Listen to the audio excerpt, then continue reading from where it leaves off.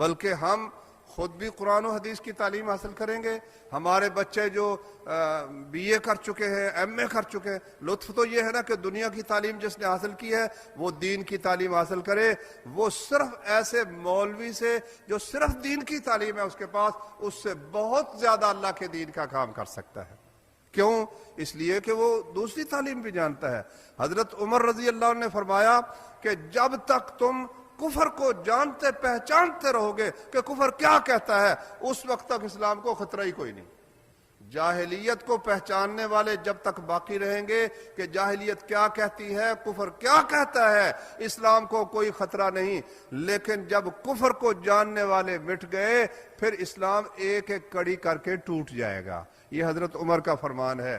تو ایسے نوجوان جو بی اے کر چکے ہیں، ایم اے کر چکے ہیں، وہ اللہ کے دین کی تعلیم حاصل کریں. انشاءاللہ کافر کے سینے میں وہ ایٹم بم سے بھی زیادہ خطرناک ہو کر وار کریں گے اللہ کے فضل و کرم سے. اور ہمارے وہ بچے جو مڈل یا میٹرک ہیں، بچپن میں جس طرح ذہن میں بات بیٹھتی آپ سمجھتے ہیں کہ اس طرح پھر بڑے ہو کر نہیں بیٹھتی. تو میں آپ بھائیوں کو یہ اور اپنی بہنوں کو بھی یہ ترغیب دیتا ہوں کہ اب رمضان شریف کے بعد ہمارے مدارس شروع ہو رہے ہیں. سارے دینی مدارس کا یہ دوسروں کا تو ہوتا ہے جنوری فروری کے لحاظ سے مارچ میں شروع ہوتے ہیں یا جنوری میں شروع ہوتے ہیں. ہمارے دینی مدارس وہ شروع ہوتے ہیں شوال میں. رمضان کے بعد 6 دن کو شروع ہوگا، کوئی 10 دن کو 15 دن.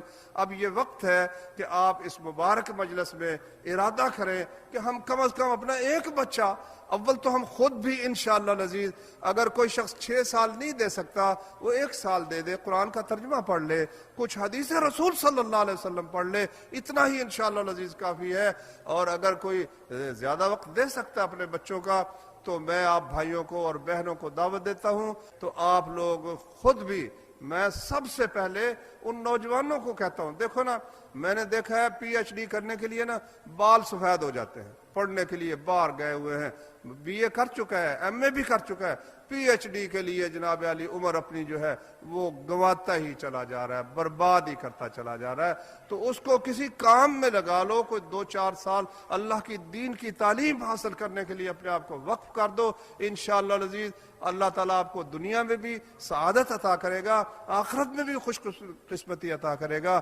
اور جو بچے ہیں ہمارے مڈل میٹرک، وہ انہوں نے اگر بی اے ایم اے کرنا ہے، اب کوئی کام ایسا ہے ہی نہیں. یہ صفوں کے پڑھنے والے ایسی محنت کی عادت پڑتی ہے کہ یہ میٹرک ایف اے بی اے ان کے لیے معمولی سا کام ہے، آسانی سے وہ امتحان دے کر پاس کر سکتے ہیں.